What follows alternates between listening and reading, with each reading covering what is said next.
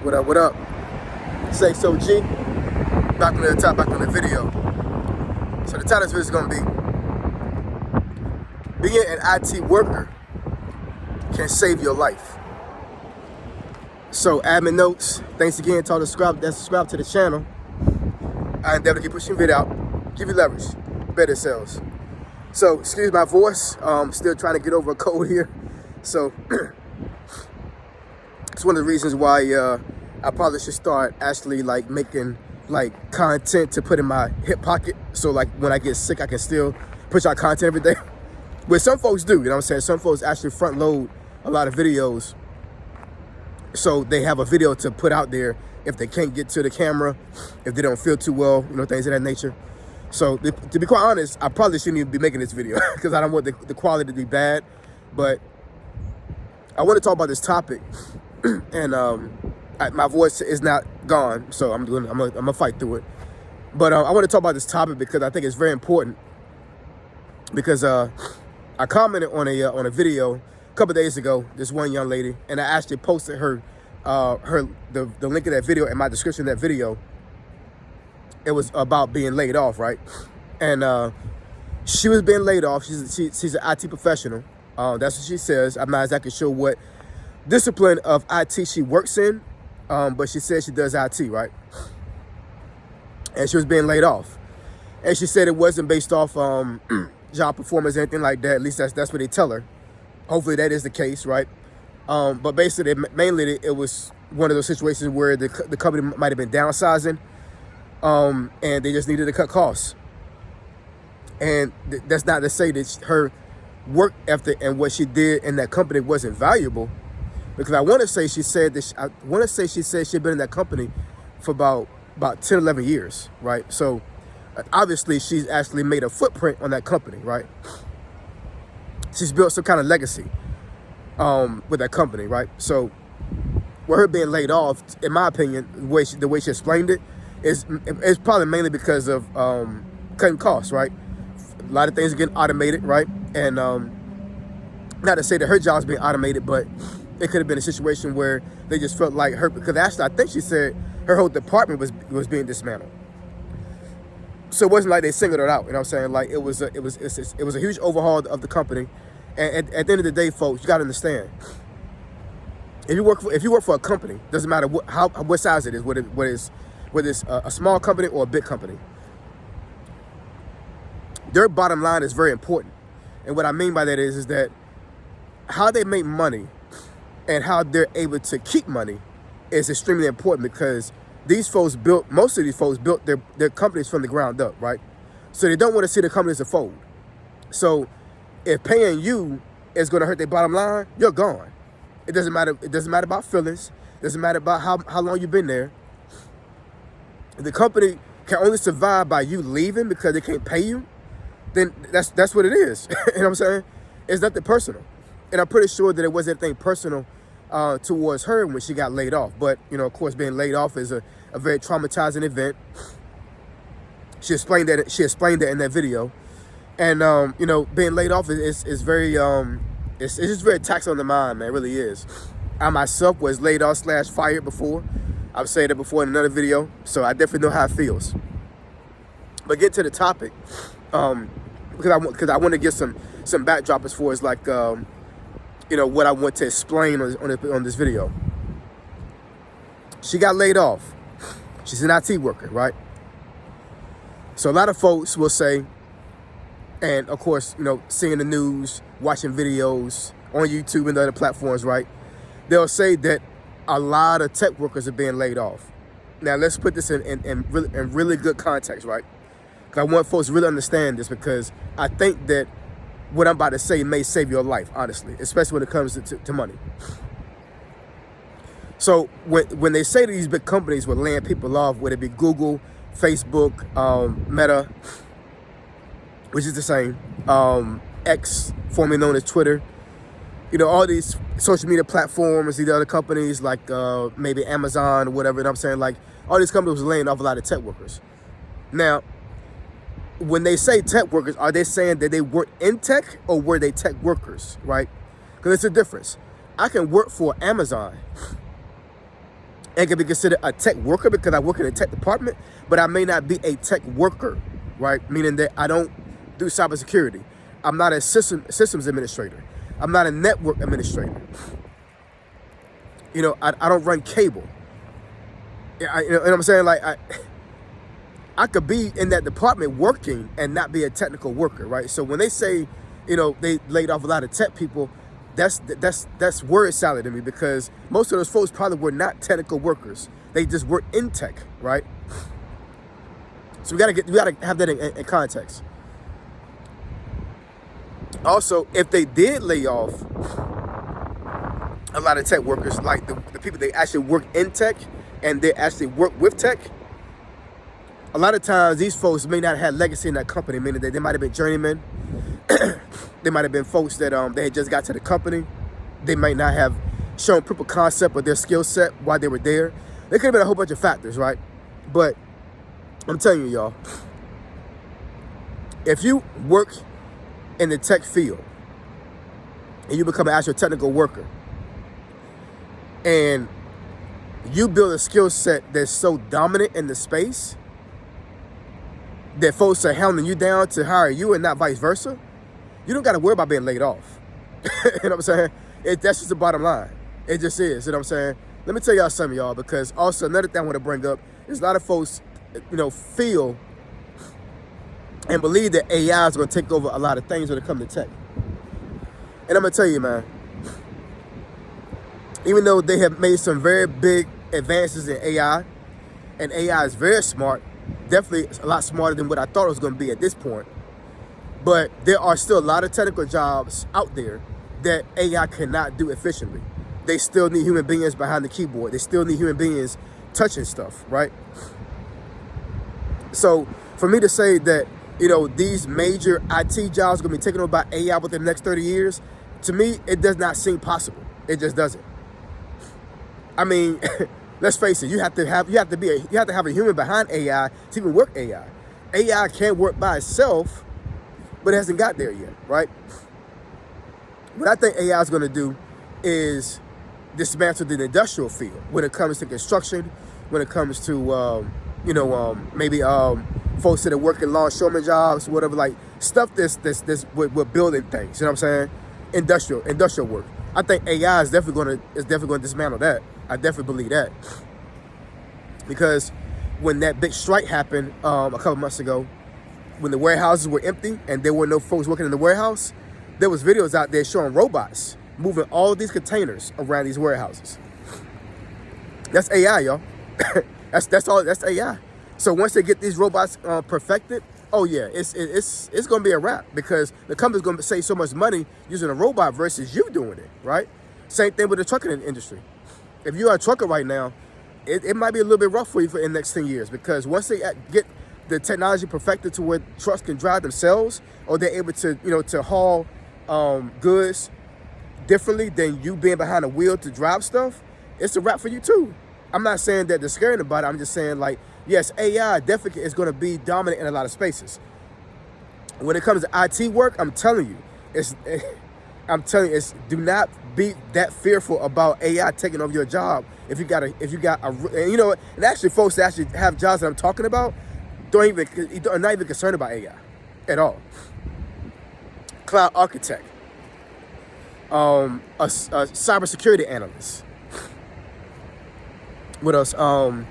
A person that works in AI, right? That works in the AI field to create AI. There's another one that I was going to think about as well. I was going to say, I forget now. I may think about it by the time this video is over with. But jobs that in the IT field that are extremely hard to learn, right? Jobs. Penetration tester. That's what it was. Because I used to be a pen tester when I was in the Army. A pen tester means that you basically hacking this stuff in an ethical sense. You're not a hacker that hacks into stuff to break stuff. You hack into stuff to find vulnerabilities, and then you report that to the company to let them know that, hey, I was able to break into this computer because this firewall was not secure, or you had a whole bunch of patches that were missing on this machine. You did patch this machine, stuff like that. You know what I'm saying? Those type of jobs are not threatened by AI. Now, I'm not exactly sure what this young lady had as far as an IT job that I saw that got fired or laid off on that video. But let's say she did have one of those jobs, and for whatever reason, they still laid her off. She should have no issue with trying to find another job. Being a cybersecurity analyst, being a pen tester, being a cloud architect, yo, I said it before in another video. I had met a cloud architect when I was in DC one weekend actually, with my wife. I was at a cigar bar, and I went in there and I met this guy. He was in the Air Force before. I think he was like in his early 50s, something like that. Long story short, he told me what he did, and he worked for Amazon. All he did was travel around the United States and consult companies to fix their architecture of their cloud.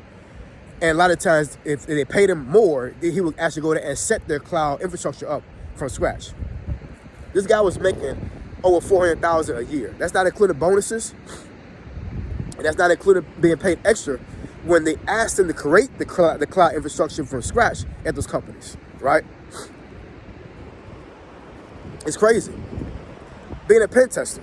If you're in DC being a pen tester, you should not ask any less than $150,000. No less than $150,000. I got offered a pen testing job last year. Job was going to run me $170,000 off rip. The only reason why I didn't take that job is because I got tired of working government contracting, because government contracting can be kind of volatile. That's what I came from. Right now, I have a salaried job. I'm good. You know what I'm saying? I don't have to deal with government contracting anymore. Now, if I want to go get the bag again and do that, you know what I'm saying? That's fine. I have no issue with that. But I just don't want to deal with government contracting anymore. But, you know, jobs like that in the IT field, I'm telling you, and you don't got to be like young to even do this stuff. You know what I'm saying? Like, you know, I think some folks really believe that if you're in your 40s and you're just starting in IT, that this is a young person's game and you can't get into it. That's not true, man. That's not true. You can be in your 40s and start IT. And actually, some companies will hire you based off your maturity level. Experience definitely works, and it definitely helps. And people actually will seek out experience over anything else. I get that. But your age is not going to be a factor when it comes to being hired. You know what I'm saying? You could be 45 years old right now and, you know, and go study for some IT certifications, try to do some internships or whatever, and get into the IT field and work your way up. Work at a help desk and then work your way up. If you're young, I highly implore you to do IT work. IT work is not easy. It is hard. I'm not gonna lie about that. But that's the scenario of everything in life. Anything that you do that's hard in life normally is going to pay you money if you apply it the correct way, right? Not necessarily hard, because you can do construction and do very hard work and still get paid pennies, right? But construction workers, depending on what they work in construction, gets paid a lot of money because of the danger when it comes to being a construction worker, right? So for all intended purposes, anything you do that's hard, somebody's going to pay you money to do that job for them, right? And in the IT field, those disciplines that I just mentioned are extremely difficult to learn. They are extremely difficult to master, right? It ain't a lot of us. You know what I'm saying? It really is. You know what I'm saying? And the folks that do study this stuff, if they don't keep their skill set up, they're in the dust. IT is one of those things that you cannot stop learning. This is not one of those jobs where you can just get a couple certifications and then be outside of the field for a little bit and then come back in and think everything gonna be all gravy. It's not. I'm telling you, I am constantly having to learn stuff. I'm constantly having to do things when it comes to keep my skill set up. Even though I've been in the IT field for 20 years, I'm still learning something every single day. That's the way IT works, you know what I'm saying? That's why a lot of folks get frustrated with technology, and a lot of folks even work in IT or don't want to work in IT because they get frustrated. But your frustration is paying me because I'm the one that's dealing with the frustration of fixing stuff, fixing IT equipment, right? So I'm telling you, y'all, being an IT worker can save your life, because I'm telling you, once you get those disciplines, and I'm not saying those that I just mentioned are the only ones you can do in IT that's going to save you. There are plenty of IT jobs out there that are marketable enough to where you should never ever worry about being unemployed. Even if you get fired, you can still get a job pretty quickly. going back to when I got fired, right? Traumatizing experience, you know what I'm saying? Even though I had residual income coming in, but at the end of the day, if I had depended on that particular income solely, I would have had to make a huge change in my life, my family's life. And that's not what I wanted to do. You know what I'm saying? So I need to get a job. So it took me 2 months to get a job after I got fired. And the only reason why it took 2 months is because the job needed a clearance level, right? And anybody that works in government that has a clearance understands that it's a process. So even though you get hired, you may not be on that job site until 3 weeks later, because they got to go through the gambit of certain things before you even get on site, right? So in theory, I had a job within 30 days, but I didn't walk into that facility until almost a month later because of the clearance process, right? But that's how easy it was for me to get another job, right? Because my skill set and my experience and my certifications and my degree, right, makes me so marketable that to this day, I still have recruiters calling my phone every single day. I'm thinking they're telemarketers sometimes. And really, it's a recruiter calling me to try to get me back into government. And I'm like, I'm good. You know what I'm saying? There are some companies that call me that are not government, but for the most part, most of them are government. Paying a huge bag.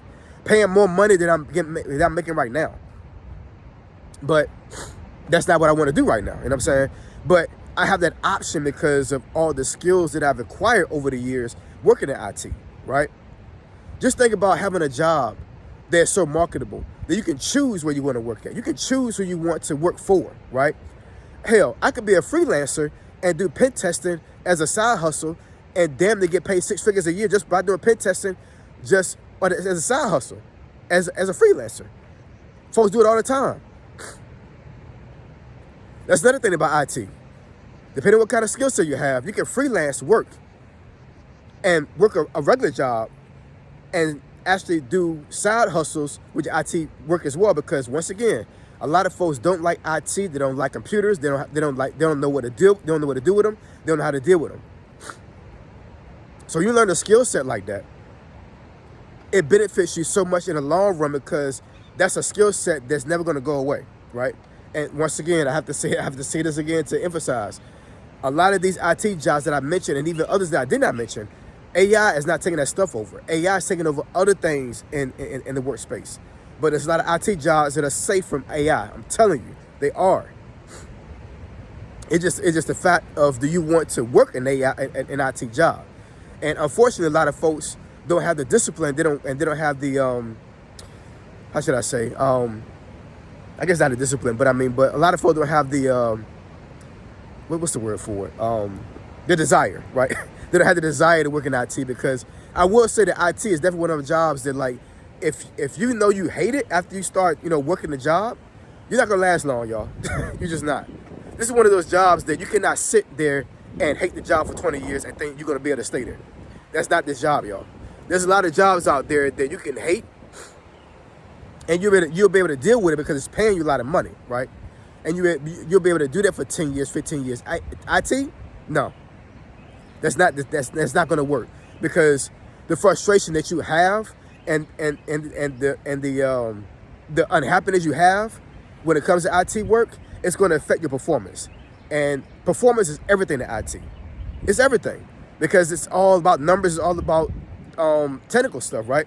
So if your production level goes down and you lose your skill set, you're out of there. And it's very noticeable. It is very noticeable once you start losing your skill set in IT. It really is. You got some jobs, you can learn it. It doesn't really change much. And you can pretty much sit back for years doing the same thing over and over and over again. And you can slack off a little bit. It's not noticeable. I'm not going to say that some of the jobs that I'm thinking right off the top of my head that are like that. But there are some jobs out there that are like that. You can literally sit back and chill for years. Hate the job because it's so easy and because it's paying so much that it's like, what's the point of leaving? Even, I do my 8 hours, go home. I'll fuss and cuss about the job when I get home, right? IT? No. Can't do that, y'all. You cannot do that. You cannot be in IT and hate it and think that you're going to be able to stay in IT. It's not going to work, y'all. It's just not.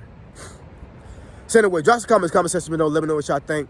I know hopefully the quality of this video wasn't affected by my voice and me being sick. But I'm telling you, y'all, being an IT worker can change your life and save your life. It can. I am living proof of it. I did admin work, administrative work, meaning that I was a paper pusher, right? The first 6 years I was in the Army, and I did mail. And after a while, after I learned and realized that I wanted to do at least 20 years or more in the Army, I was like, you know what? I can't be a mailman for the next 14 years at the time, right? I couldn't do that. Now, I'm not saying I would have left the Army had I not got an IT job, you know what I'm saying? But I mean, that was just something I did not want to do for the next, 14, 15 years. So I asked my it's kind of like a guidance counselor. It's a branch manager, right? And a career counselor. Asked them, could I change? They said yes. I got an IT, and it's been smooth sailing ever since. Becoming IT when I was in the Army literally saved my life and saved my family's life. I got a skill set that's so valuable right now that even if I pass away right now, Lord willing, Lord forbid, I'm sorry. Woo. Thank you, Jesus. Lord forbid if I pass away right now, I have built something that my wife and kids can live off of for a very long time. Very long time. And it's all because of my IT work and, of course, my service to the country as well. But my IT work pays a lot. It does. And if you want to get ahead monetarily when it comes to a normal job, being IT is probably going to be one of the best fields you ever get into. I promise you it will. So anyways, I appreciate y'all. Love y'all. I'm going to get back in here and take some medicine, lay down, and enjoy the rest of my Sunday, all right? So you want to discuss this topic or subject you think benefits your channel, email me at asog757gmail.com. My email address, send the description below. Say SOG, signing out. I'm gone.